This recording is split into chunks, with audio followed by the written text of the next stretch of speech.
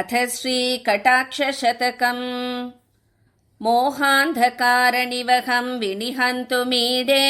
मूकात्मनामपि महाकवितावदान्यान् श्रीकाञ्चिदेशशिशिरीकृतिजागरूकान् एकाम्रनाथ तरुणी करुणावलोकान्। मातर्जयन्ति ममता ग्रहमोक्षणानि माहेन्द्रनीलरुचिशिक्षणदक्षिणानि कामाक्षि कल्पितजगत्त्रयरक्षणानि त्वद्वीक्षणानि वरदानविचक्षणानि। आनङ्गतन्त्रविधिदर्शितकौशलानाम् आनन्दमन्दपरिघूर्णितमन्थराणाम् तारल्यमम्ब तव ताडितकर्णसीम्नाम् कामाक्षि खेलति कटाक्षनिरीक्षणानाम्। कल्लोलितेन करुणारसवेल्लितेन कल्माषितेन कमनीयमृदुस्मितेन मामञ्चितेन तव किञ्चन कुञ्चितेन कामाक्षितेन शिशिरीकुरु वीक्षितेन। साहाय्यकं गतवती मुहुरर्जुनस्य मन्दस्मितस्य परितोषितभीमचेताः कामाक्षि पाण्डवचमोरिव तावकीना कर्णान्तिकं चलति हन्तकटाक्षलक्ष्मीः। अस्तं क्षणान्नयतु मे परितापसूर्यम् आनन्दचन्द्रमसमानयतां प्रकाशम् कालान्धकारसुषमां कलयन् दिगन्ते कामाक्षि कोमलकटाक्षनिशागमस्ते। ताटङ्कमौक्तिकरुचाङ्कुरदन्तकान्तिः कारुण्यहस्तिपशिखामणिनाधिरूढः उन्मूलयत्वशुभपादपमस्मदीयम् कामाक्षि तावककटाक्षमतङ्गजेन्द्रः। छायाभरेण जगतां परितापहारी ताटङ्करत्नमणितल्लजपल्लवश्रीः कारुण्यनाम विकिरन्मकरन्दजालम् कामाक्षि राजति कटाक्षसुरद्रुमस्ते। सूर्याश्रयप्रणयिनी मणिकुण्डलांशु लौहित्यकोकणदकाननमाननीया यान्ति तव स्मरहराननकान्तिसिन्धुम् कामाक्षि राजति कटाक्षकलिन्दकन्या। प्राप्नोति यं सुकृतिनं तव पक्षपातात् कामाक्षि वीक्षणविलासकलापुरन्ध्री सद्यस्तमेव किल मुक्तिवधूर्वृणीते तस्मान्नितान्तमनयोरिदमैकमत्यम्। यान्ति सदैव मरुतामनुकूलभावम् भ्रूवल्लिशक्रधनुरुल्लसितारसार्द्रा कामाक्षि कौतुकतरङ्गितनीलकण्ठा कादम्बिनीव तव भाति कटाक्षमाला। गङ्गाम्भसि स्मितमये तपनात्मजेव गङ्गाधरो रसि नवोत्पलमालिकेव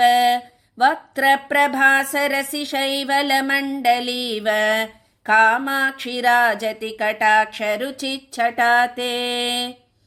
संस्कारतः किमपि कन्दलितान् रसज्ञ खेदारसीं निसुधियामुपभोगयोग्यान् कल्याणसूक्तिलहरी कलमाङ्कुराण्णः कामाक्षि पक्ष्मलयतु त्वदपाङ्गमेघः। चाञ्चल्यमेव नियतं कलयन् प्रकृत्या मालिन्यभूश्रुतिपथाक्रमजागरूकः कैवल्यमेव किमु कल्पयते नतानां कामाक्षि चित्रमपि ते करुणाकटाक्षः। सञ्जीवने जननिचूतशिलीमुखस्य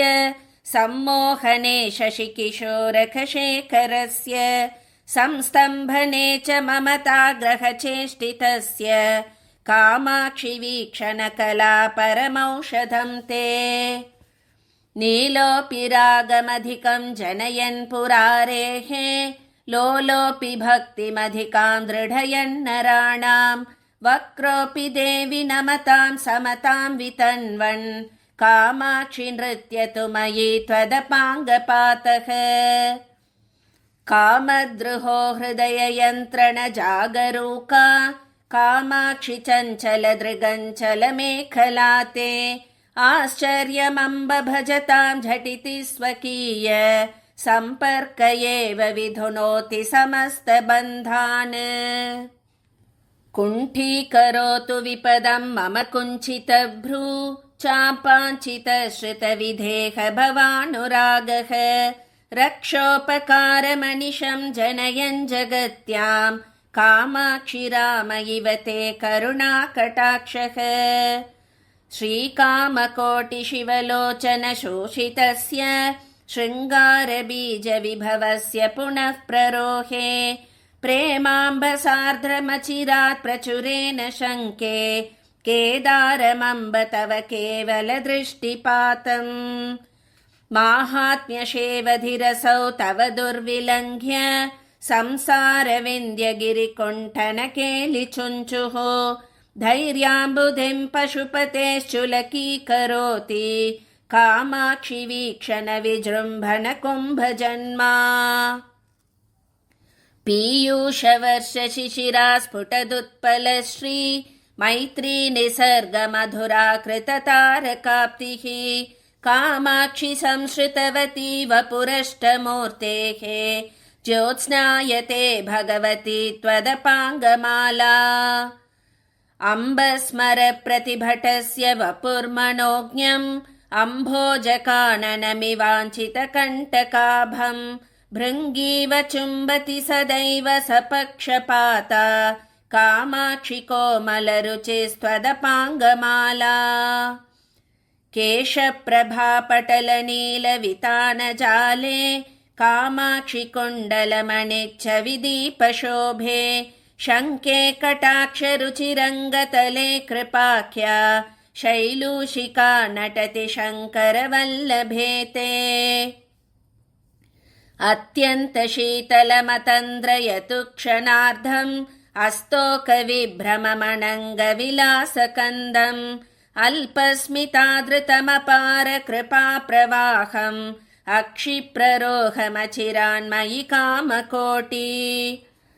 मन्दाक्षरागतरळीकृतिपारतन्त्र्यात् कामाक्षि मन्थरतरां त्वदपाङ्गडोलाम् आरुह्य मन्दमतिकौतुकशालिचक्षुः आनन्दमेति मुहुरर्धशशाङ्कमौलेः त्रय्यम्बकं त्रिपुरसुन्दरि हर्म्यभूमिः अङ्गं विहारसरसी करुणाप्रवाहः दासाश्च वासवमुखा परिपालनीयम् कामाक्षि विश्वमपि वीक्षण भूभृतस्ते वागीश्वरी सहचरी नियमेन लक्ष्मीः भ्रूवल्लरी वशकरी भुवनानि गेहम् रूपं त्रिलोकनयनामृतमम्ब तेषां कामाक्षि येषु तव वीक्षण पारतन्त्री माहेश्वरं झटिति मानसमेनमम्ब कामाक्षि धैर्यजलधौ नितरां निमग्नं जालेन शृङ्गलयति त्वदपाङ्गनाम्ना विस्तारितेन विषमायुधदाशकोऽसौ उन्मत्त्यबोधकमलाकरमम्बजाड्य स्तम्भेरमं मम मनो विपिने भ्रमन्तम् कुण्ठीकुरुष्व तरसा कुटिलाग्रसीम्ना कामाक्षि तावककटाक्षमहाङ्कुशेन उद्वेलितस्तबकितैर्ललितैर्विलासैः उत्थाय देवि तव गाढकटाक्षकुञ्जात् दूरं पलाययतु मोहमृगीकुलं मे कामाक्षि सत्वरमनुग्रह केसरीन्द्रः स्नेहाद्रितां विदलितोत्पलकान्तिचोरां जेतारमेव जगदीश्वरि जेतु कामः मानोद्धतो मकरकेतुरसौ धुनीते कामाक्षि तावककटाक्षकृपाणवल्लीम् श्रौतीं व्रजन्नपि सदा सरणिं मुनीनां कामाक्षि सन्ततमपि स्मृतिमार्गगामी कौटिल्यमम्ब कथमस्तिरताञ्च धत्ते चौर्यञ्च पङ्कजरुचां त्वदपाङ्गपातः नित्यं श्रुतेः परिचितौ यतमानमेव नीलोत्पलं निजसमीपनिवासलोलं प्रीत्यैव पाठयति वीक्षणदेशिकेन्द्रः कामाक्षि किन्नु तव कालिमसम्प्रदायम् भ्रान्त्वा मुहुस्तबकितस्मितफेणराशौ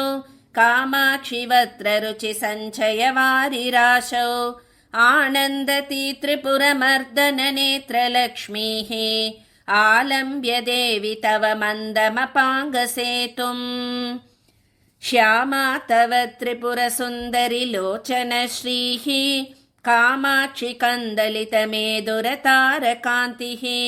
ज्योत्स्नावती स्मितरुचापि कथं तनोति स्पर्धामहो कुवलयैश्च तथा चकोरैः कालाञ्जनञ्च तव देवि निरीक्षणञ्च कामाक्षि साम्यसरणिं समुपैति कान्त्या निःशेषनेत्रसुलभं जगतीषु पूर्वम् अन्यत्रिनेत्रसुलभं तु हिनाद्रिकन्ये धूमाङ्कुरो मकरकेतनपावकस्य कामाक्षि नेत्ररुचिनीलिमचातुरीते अत्यन्तमद्भुतमिदं नयनत्रयस्य हर्षोदयं जनयते हरिणाङ्कमौलेः आरम्भलेशसमये तव वीक्षणस्य कामाक्षि मोकमपि वीक्षणमात्रनम्रं सर्वज्ञता सकललोकसमक्षमेव कीर्ति स्वयं वर्णमाल्यवती वृणीते कालाम्बुवाह इव ते परितापहारी कामाक्षि पुष्करमधः कुरुते कटाक्षः पूर्वः परं क्षणरुचा समुपैति मैत्रीम् अन्यस्तु सन्ततरुचिं प्रकटीकरोति सूक्ष्मेऽपि दुर्गमतरेऽपि गुरुप्रसाद साहाय्यकेन विचरन्नपवर्गमार्गे संसारपङ्कनिचयेन पतत्यमुन्ते कामाक्षि गाढमवलम्ब्य कटाक्षयष्टिम् कामाक्षि सन्ततमसौ हरिनीलरत्न स्तम्भे कटाक्षरुचिपुञ्जमये भवत्याः बद्धोऽपि भक्तिनिगलैर्मम चित्तहस्ति स्तम्भं च बन्धमपि मुञ्चति हन्तचित्रम् कामाक्षि काष्ण्यमपि सन्ततमञ्जनं च बिभ्रन्निसर्गतरलोऽपि भवत्कटाक्षः वैमल्यमन्वहमनञ्जनतां च भूयः स्थैर्यं च भक्तहृदयाय कथं ददाति मन्दस्मितस्तबकितं मणिकुण्डलांशु स्तोमप्रवालरुचिरं शिशिरीकृताशं कामाक्षि राजति कटाक्षरुचेः कदम्बम् उद्यानमम्ब करुणा हरिणे क्षणायाः कामाक्षि तावक कटाक्ष महेन्द्रनील सिंहासनं श्रितवतो मकरध्वजस्य साम्राज्यमङ्गलविधौ मणिकुण्डलश्रीः नीराजनोत्सवतरङ्गितदीपमाला मातः क्षणं स्नपय मां तव वीक्षितेन मन्दाक्षितेन सुजनैरपरोक्षितेन कामाक्षि कर्मतिमिरोत्करभास्करेण श्रेयस्करेण मधुपद्युतितस्करेण प्रेमापगापयसि मज्जनमारचय्य युक्तस्मितांशुकृतभस्मविलेपनेन कामाक्षि कुण्डलमणिद्युतिभिर्जटालः श्रीकण्ठमेव भजते तव दृष्टिपातः कैवल्यदाय करुणारसकिङ्कराय कामाक्षि कन्दलितविभ्रमशङ्कराय आलोकनाय तव भक्तशिवङ्कराय मातर्नमोऽस्तु परतन्त्रितशङ्कराय साम्राज्यमङ्गलविधौ मकरध्वजस्य लोलालकालिकृततोरणमाल्यशोभे कामेश्वरी प्रचलदुत्पलवैजयन्ती चातुर्यमेति तव चञ्चलदृष्टिपातः मार्गेण मञ्जुकचकान्तितमोवृतेन मन्दायमानगमना मदनातुरासौ कामाक्षि दृष्टिरयते तव शङ्कराय सङ्केतभूमिमचिरादभिसारिकेव व्रीडानुवृत्तिरमणीकृतसाहचर्या शैवालिताङ्गलरुचा शशिशेखरस्य कामाक्षि कान्तिसरसीं त्वदपाङ्गलक्ष्मीः मन्दं समाश्रयति मज्जनखेलनाय काषायमंशुकमिव प्रकटं दधानः माणिक्यकुण्डलरुचिं ममता विरोधी श्रुत्यन्तसीमनिरतः सुतराञ्चकास्ति कामाक्षि तावककटाक्षयतीश्वरोऽसौ पाषाण एव हरिनीलमणिर्दिनेषु प्रम्लानतां कुवलयं प्रकटीकरोति नैमित्तिको जलदमे च किमाततस्ते कामाक्षि शून्यमुपमानमपाङ्गलक्ष्म्याः शृङ्गारविभ्रमवती सुतरांसलज्जा नासाग्रमौक्तिकरुचा कृतमन्दहासा श्यामा कटाक्षसुषमा तव युक्तमेतत् कामाक्षि चुम्बति दिगम्बरवक्त्रबिम्बम्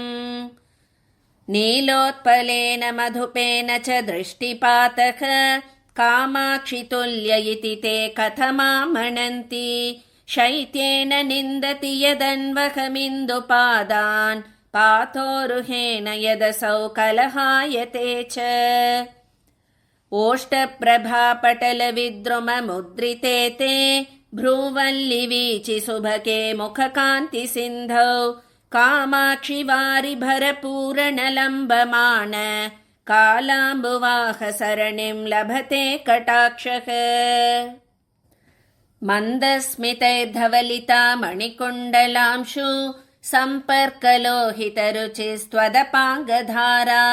कामाक्षि मल्लिकुसुमैर्नवपल्लवैश्च नीलोत्पलैश्च रचितेव विभाति माला कामाक्षि शीतलकृपारसनिर्जराम्भः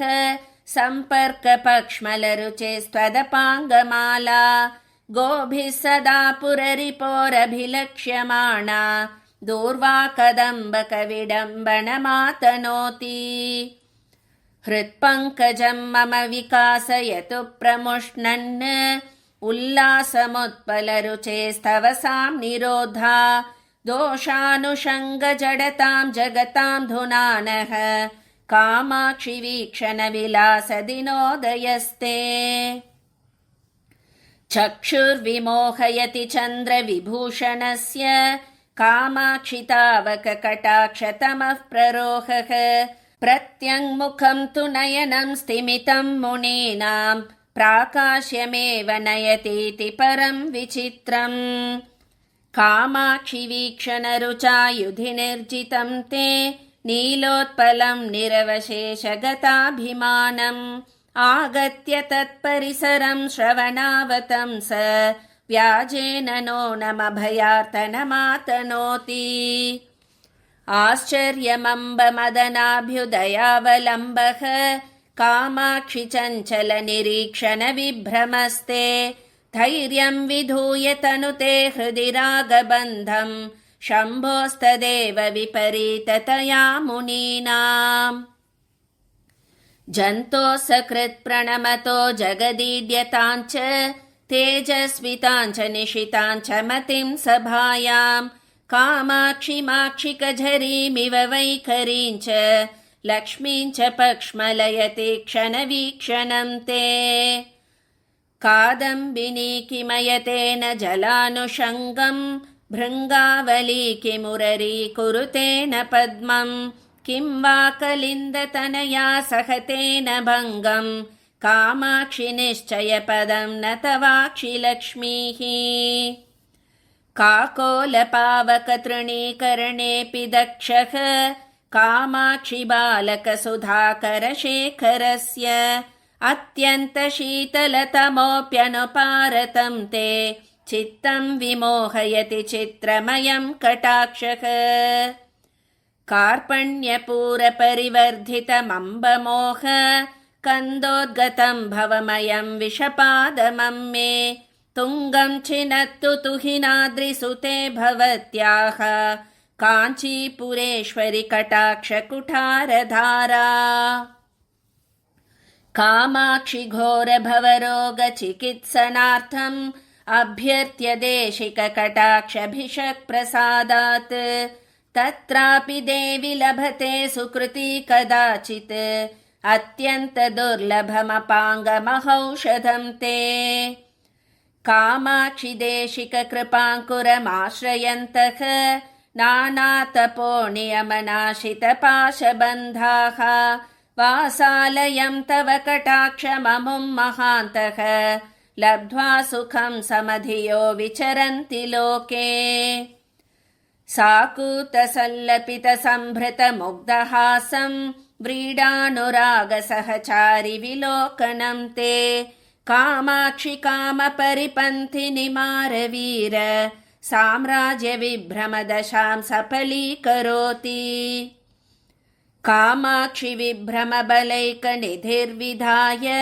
भ्रूवल्लिचापकुटिलीकृतिमेव चित्रम् स्वाधीनतां तव निनाय शशाङ्कमौलेः अङ्गार्धराज्यसुखलाभमपाङ्गवीरः कामाङ्कुरैकनिलयस्तव दृष्टिपातः कामाक्षि भक्तमनसां प्रददाति कामान् रागान्वितः स्वयमपि प्रकटीकरोति वैराग्यमेव कथमेष महामुनीनाम् कालाम्बुवाहनिवहै कलहायते ते कामाक्षि कालिममदेन सदा कटाक्षः चित्रं तथापि नितराममुवेव दृष्ट्वा सोत्कण्ठ एव रमते किल नीलकण्ठः कामाक्षि मन्मथरिपुं प्रतिमारताप मोहान्धकारजलदागमनेन नृत्यन् दुष्कर्म कञ्चुकिकुलं कबलीकरोतु व्यामिश्रमे च करुचे स्वदपाङ्गकेकी कामाक्षि मन्मथरिपोरवलोकनेषु कान्तं पयोजमिव तावकमक्षिपातं प्रेमागमो दिवसवद्विकचीकरोति लज्जाभरो रजनिवन्मुकुलीकरोति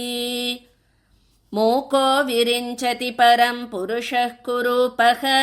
कन्दर्पति त्रिदश राजति किं पचानः कामाक्षि केवलमुपक्रमकाल एव लीलातरङ्गितकटाक्षरुचः क्षणं ते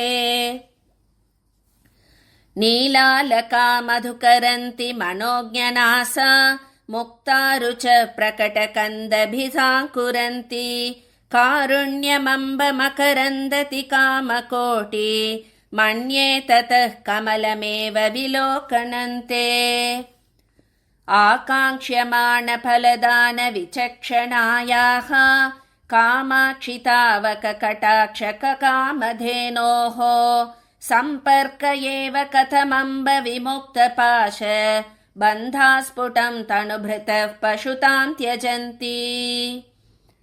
संसारघर्मपरितापजुषां नराणां कामाक्षि शीतलतराणि तवेक्षितानि चन्द्रातपन्ति घनचन्दनकर्दमन्ति मुक्ता गुणन्ति हिमवारि निषेचनन्ति प्रेमाम्बुराशि सतत स्नपितानि चित्रं कामाक्षि तावककटाक्षनिरीक्षणानि सन्दुक्षयन्ति मुहुरिन्धनराशिरीत्या मारद्रुहो मनसि मन्मथचित्रभानुम् कालाञ्जनप्रतिभटं कमनीयकान्त्या कन्दर्पतन्त्रकलया कलितानुभावं काञ्चीविहाररसिके कलुषार्तिचोरं कल्लोलयस्व मयि ते करुणाकटाक्षम्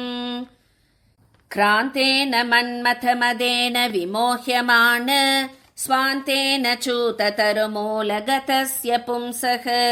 कान्तेन किञ्चिदवलोकय लोचनस्य प्रान्तेन मां जननि काञ्चीपुरी विभूषे कामाक्षि केऽपि सुजना स्वदपाङ्गसङ्गे कण्ठेन कन्दलितकालिमसम्प्रदायाः उत्तंसकल्पितचकोरकुटुम्बपोषाः नक्तं दिवप्रसवभूनयना भवन्ति नीलोत्पलप्रसवकान्तिनिदर्शनेन कारुण्यविभ्रमजुषा तव वीक्षणेन कामाक्षि कर्मजलदे कलशीसुतेन पाशत्रयाद्वयममी परिमोचनीयाः अत्यन्तचञ्चलमकृत्रिममञ्जनं किं झङ्कारभङ्गिरहिता किमु भृङ्गमाला धूमाङ्कुरः किमु हुताशनसङ्गहीनः कामाक्षि नेत्ररुचिनीलिमकन्दलीते कामाक्षि नित्यमयमञ्जलिरस्तु मुक्ति बीजाय विभ्रममदोदय घूर्णिताय कन्दर्पदर्प पुनरुद्भव सिद्धिदाय कल्याणदाय तव देवि दृगञ्चलाय दर्पाङ्कुरो मकरकेतन विभ्रमाणां निन्दाङ्कुरो विदलितोत्पलचातुरीणां दीपाङ्कुरो भवतमिश्रकदम्बकानां कामाक्षि पालयतु मां त्वदपाङ्गपातः कैवल्यदिव्यमणिरोहणपर्वतेभ्यः कारुण्यनिर्झरपयः कृतमञ्जनेभ्यः कामाक्षि किङ्करितशङ्करमानसेभ्यः तेभ्यो नमोऽस्तु तव वीक्षणविभ्रमेभ्यः अल्पीय एव नवमुत्पलमम्बहीना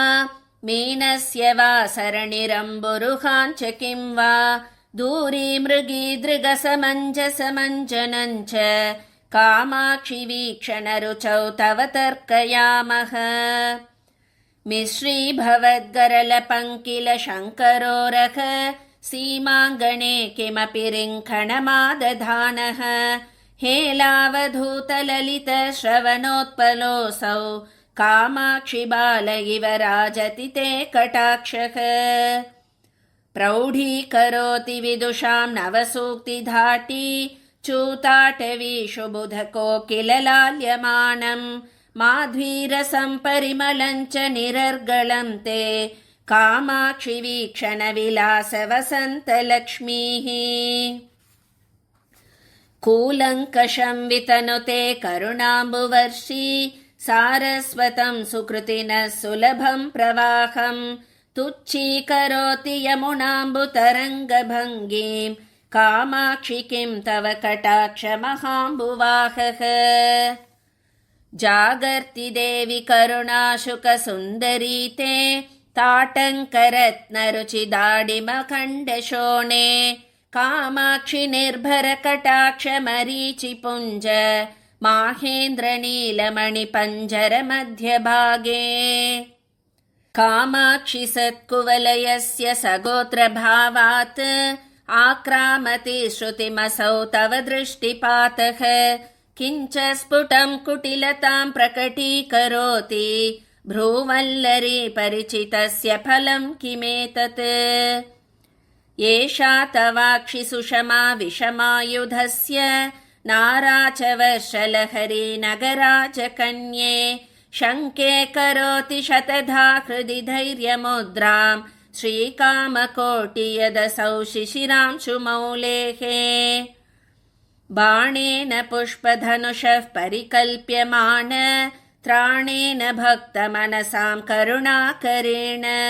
कोणेन कोमलदृशस्तव कामकोटि शोणेन शोषयसि वे मम शोकसिन्धुम् मारद्रुहामकुटसीमणिलाल्यमाने मन्दाकिनी पयसि ते कुटिलं चरिष्णुः कामाक्षि कोपरभसाद्वलमानमीन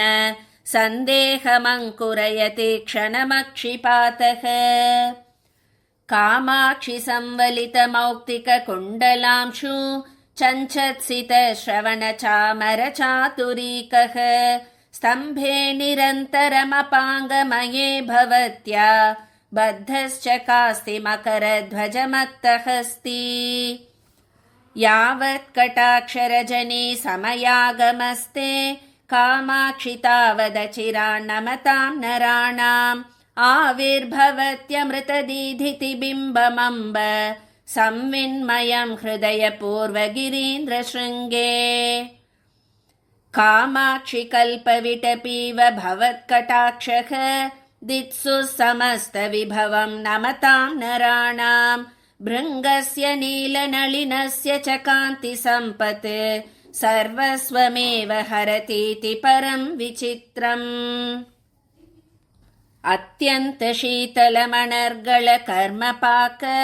काकोलहारि सुलभं सुमनोभिरेतत् पीयूषमेव तव वीक्षणमम्ब किन्तु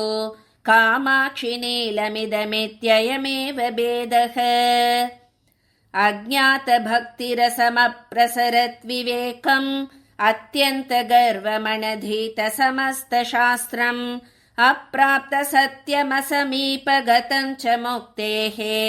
कामाक्षि नैव तव काङ्क्षति दृष्टिपातः पातेन लोचनरुचेस्तव कामकोटि पोतेन पातकपयोधिपयातुराणां पूतेन तेन नवकाञ्चनकुण्डलांशु वीतेन शीतलय भूधरकन्यके माम् इति श्रीकटाक्षशतकं सम्पूर्णम्।